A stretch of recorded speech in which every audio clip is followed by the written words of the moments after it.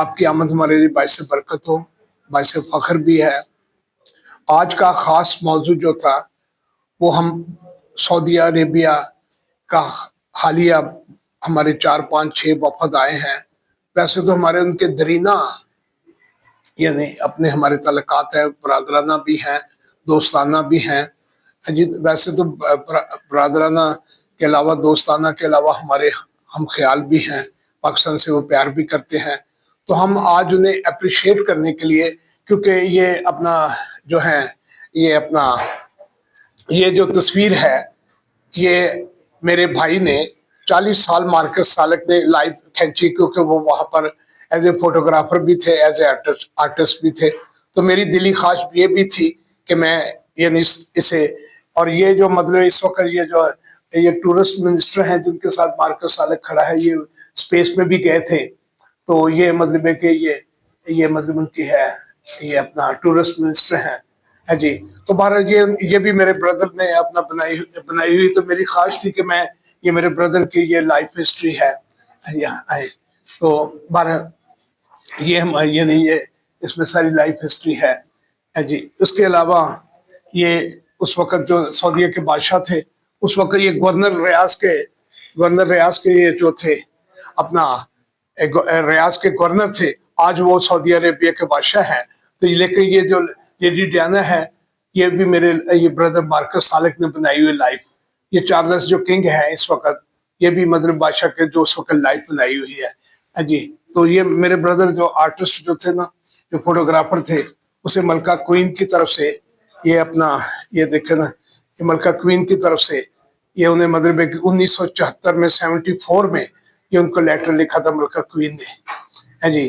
تو اس کے علاوہ یہ میں نے سن 1980 میں یعنی جب کنگ فہد نے جو 3 پوائنٹ جو مطلب ریس کیے تھے، انہیں ٹریبیوٹ پیش کیا تھا یہ کنگ فیصل کے۔ یہ جو ہے یہ جو کارڈ اوپر لگا، یہ سن 80 کا کارڈ ہے۔ تو ہمارا بنیادی مقصد یہ تھا کہ ہم انہیں اپریشیٹ کرنا چاہ رہے تھے، اور ان کی یعنی مطلب ہمارے ساتھ جو دوستی سے اس کے لیے دعا گو ہیں کہ وہ ہمارے تعلقات ان سے اور مزید مضبوط ہوں۔ سلمان بن عبدالعزیز ال سعود جو 40 برس قبل گورنر تھے مکہ کے، ان کی ایک تصویر بنائی ہے، ایک نہیں کئی تصاویر بنائی ہیں ان کے بھائی مارکس سالک صاحب نے۔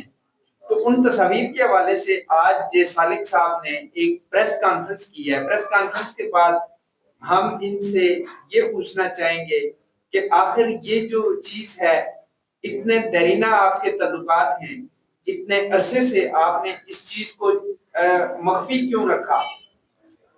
میں سب سے پہلے تو آپ کا شکر گزار ہوں کہ آپ نے اس میں یہ جو میرے ایک ہاتھ میں یہ جو ہاتھ میں ہے، یہ آپ دیکھیں، یہ کارڈ ہے اوپر، یہ سن 1980 کا کارڈ ہے۔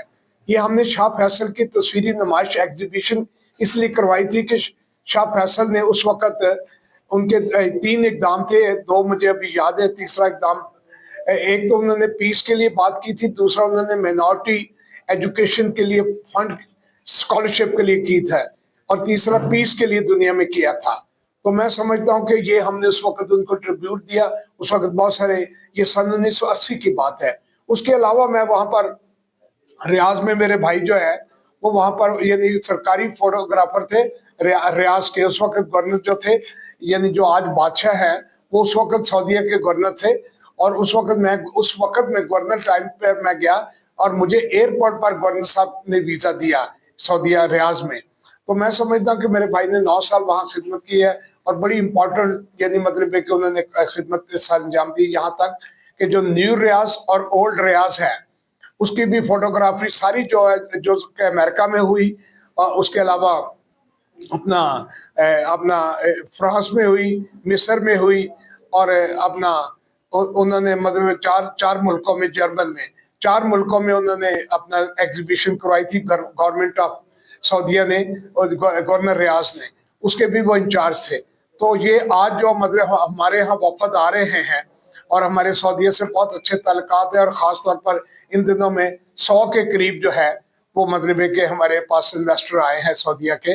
تو ہمیں اس بات کو ہم نے اجاگر کیا کہ ہم شکر گزار ہیں पाक सऊदीया दोस्ती पर, वो वैसे तो हमारे उनके ब्रादराना ताल्लुकात हैं, लेकिन हम फिर अप्रिशिएट करना जो है हम समझते हैं कि ये हमारा फर्ज है, तो इस लिहाज से हमने किया। अभी हाल ही में सऊदीया ने तकरीबन 1,47,000 यानी फूड, यानी गरीबों को माह रमज़ान के लिए 1,47,000 फूड यानी जो है वो यानी गरीबों में तकसीम किया है, यानी उन्होंने ऐलान किया, बल्कि कर रहे हैं। तो मैं इस बात पर यानी मैं समझता हूँ कि हमें अप्रिशिएट करना चाहिए। अच्छा, ये फरमाइएगा कि अब जो सूरत हाल है, मौजूदा मुल्क की जो सूरत हाल है, इसमें सऊदी अरब का जो किरदार है उसको आप किस नजर से देख रहे हैं? देखिए जी, मौजूदा हालात में जो करतार है, एक दोस्त जो है वो आपको सपोर्ट ही कर सकता है। हालात तो आपने खुद अपने स्टेबल करने हैं जी। एक कोई दोस्त जो है वो आपको सपोर्ट जरूर कर सकता है, लेकिन जो हालात पॉलिटिकल स्टेबल करने के लिए हमें खुद इसके लिए अपना जो है जद्दोजहद करनी होगी।